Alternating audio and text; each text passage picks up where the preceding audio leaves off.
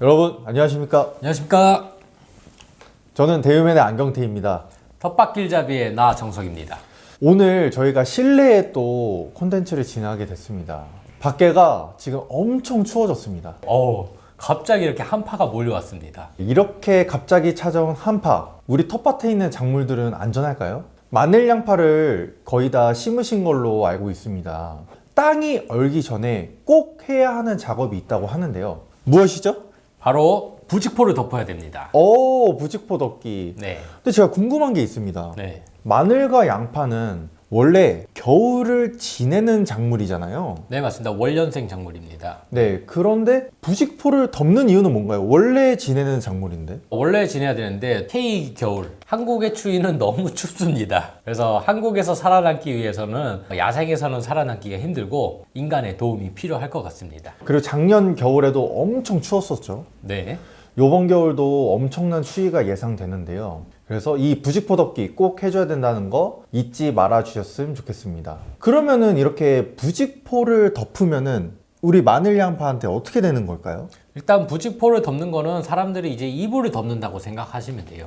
일단 근본적으로 저온을 피하기 위한 방법입니다. 식물이 저온에 노출이 되게 되면은 생육 부질이 일어날 수 있고 냉해와 동해가 올 수 있습니다. 양분의 흡수를 하기 위해서는 이제 환경 조건이 여러 가지가 있는데 그 중에서 가장 좀 영향을 많이 주는 게 온도입니다. 적정한 온도에서는 흡수가 잘 되는데 너무 고온이나 너무 저온일 때는 양분의 흡수 자체가 느려지고요. 냉해는 영상에서 저온의 피해를 입은 것을 냉해라 하고요.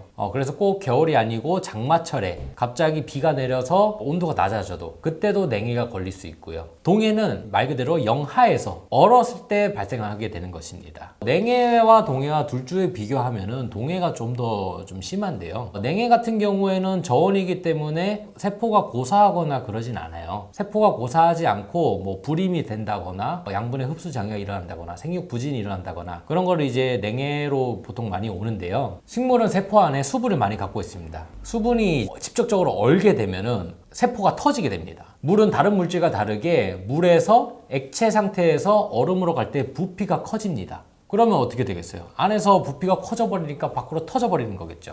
그러면 이제 검게 사진 한번 띄워주시면 좋은데 냉해 이제 보시면은 세포가 검게 변해서 고사한 걸 볼 수 있습니다. 한번 고사되면은 이거 회복이 안 돼요. 그래서 동해를 많이 좀 걱정을 해주셔야 될 것 같습니다. 네, 이렇게 무서운 동해 예방하려면은 부직포를 꼭 덮어주셔야 되는데요. 그러면 이 부직포를 언제 덮어야 하는지가 제일 궁금합니다. 부직포를 꼭 빨리 덮는다 해서 좋은 게 아니거든요. 진짜 가장 좋은 시기는 땅이 얼기 직전에 하시는 게 좋습니다. 너무 일찍 덮게 되면은 햇빛을 가리고 온도가 너무 좀 상승돼 있고 춥기 전에 두꺼운 이불을 덮으면 덥잖아요. 그러면 얘네들이 이제 자라거나 벌마늘이 될 수 있고 약간 생육 장애가 좀 올 수가 있습니다. 그걸 반대로 너무 늦게 심으면 어떻게 되겠습니까? 이미 얼어서 세포가 터졌는데 이불 덮어서 뭐 하겠습니까? 그건 당연한 거겠죠. 그래서 이게 가장 어려운 게 땅이 언제 얼지를 주시를 꼭 하셔야 됩니다. 겨울이 되면은 일기예보를 매일 자세히 좀 보시는 게 좋을 것 같습니다. 네, 맞습니다. 네이버 검색창에 자기가 사는 지역하고 월간 날씨를 검색을 하시면 기상청에 나오게 됩니다. 네. 그래서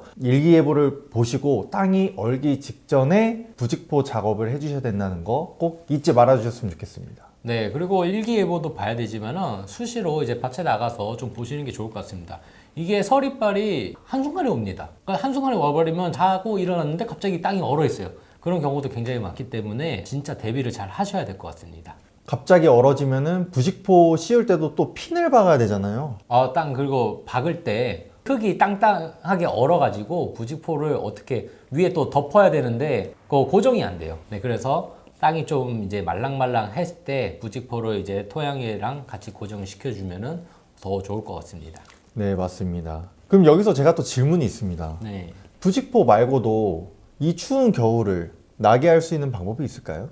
네, 있습니다. 겨울에 맞춤으로 영양을 좀 공급해 주는 게 가장 좋습니다. 그런데 저희가 이제 부직포를 덮고 나면은 약을 못 치잖아요. 부직포로 덮여있기 때문에 연매살포나 하기 힘들잖아요. 그래서 부직포를 덮기 전에 일정 기간 동안 영양분을 직접적으로 공급해 주시는 게 가장 더 효율적입니다. 주변을 따뜻하게 해주는 것도 방법이지만은 마늘과 양파 자체를 튼튼하게 만드는 것도 방법이잖아요. 제가 바로 준비를 했는데 짜잔! 저희 유기농업자재 시솔이 있습니다.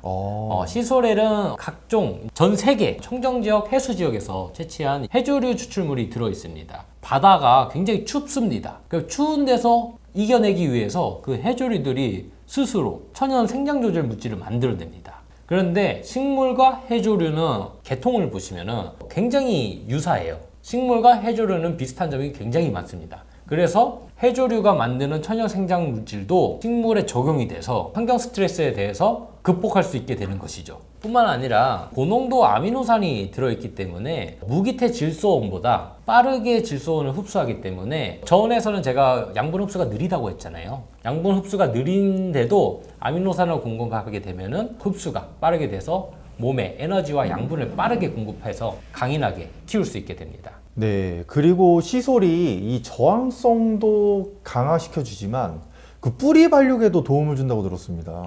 네, 맞아요.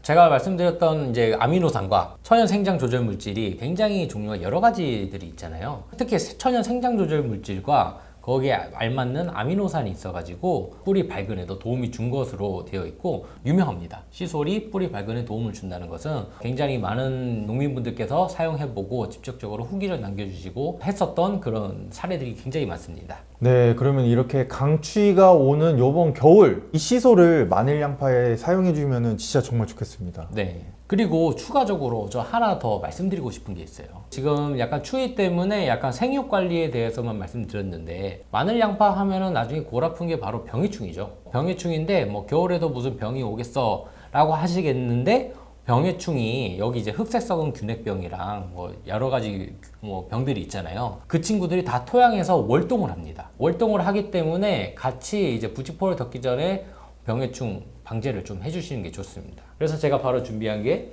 코프로싹 S. 황에는 유기활성 유황이 있어서 마늘 양파에 직접적인 영양 공급도 가능하고요. 마늘 양파의 알리신이라는 성분이 이제 매운 향을 나는 성분이거든요. 그래서 품질을 높여주고 음이온을 지속적으로 방출해주는 구리이온과 살균 작용으로 유명한 황이 같이 있기 때문에 토양의 병해충들을 싹 없애줄 수 있습니다. 그러면은 이 코프로사게스를 사용을 하면 배추의 경우에는 무름병을 좀 예방시킬 수가 있고, 네, 살균 작용을 본 거죠. 네. 그리고 마늘로 했었을 때는 흑색 썩은 균핵병 같은 병들을 미리 예방할 수 있다, 그런 말씀이시군요. 네, 미리 예방 차원에서 관리해 주시는 게 가장 좋습니다. 네, 그러면 이 두 가지 제품 어떻게 사용하는지가 제일 궁금합니다. 어떻게 사용하면 될까요? 네, 일단은 먼저 시기는 부직포 덮기 전이고요. 시솔 같은 경우에는 물 20리터에 1000배, 그러니까 물 20리터에 20ml를 희석해서 살포해 주시면 됩니다. 네, 근데 뭐 마늘 양파가 아직 뭐 토양 위에 잘 안 나와 있는데 그냥 그 위로 이제 뿌려주시면 됩니다. 그걸 이제 두상관주라고 하는데 토양 위로 많이 안 나오더라도 그 있는 부분에 이렇게 직접적으로 좀 살포해 주시면 도움이 될 것 같습니다. 네, 시솔은 이렇게 알아봤고 코프로사게스는 어떻게 사용하면 될까요? 코프로싹도 사용 방법이 비슷한데요. 물 20리터당 500배, 즉 40ml를 이제 희석해서 이제 살포해 주시면 괜찮을 것 같습니다. 이 제품들은 꼭 사용하시기 전에 내용으로 흔들어서 골고루 들어갈 수 있게끔 해주시면 좋습니다. 지금까지 꼭 해야 되는 양파, 마늘, 부직포 덮는 방법, 그리고 부직포 덮기 전에 꼭 해주면 좋은 작업에 대해서 알아보는 시간을 가져봤습니다. 네, 지금까지 대유맨의 안경태였고요. 텃밭기자비의 나 정석이었습니다. 지금까지 시청해주셔서 너무 감사합니다. 감사합니다.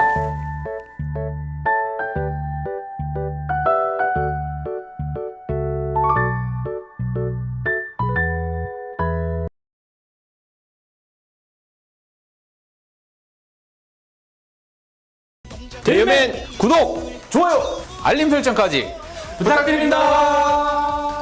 씨 뿌리고 수확까지 자라나라 자라나라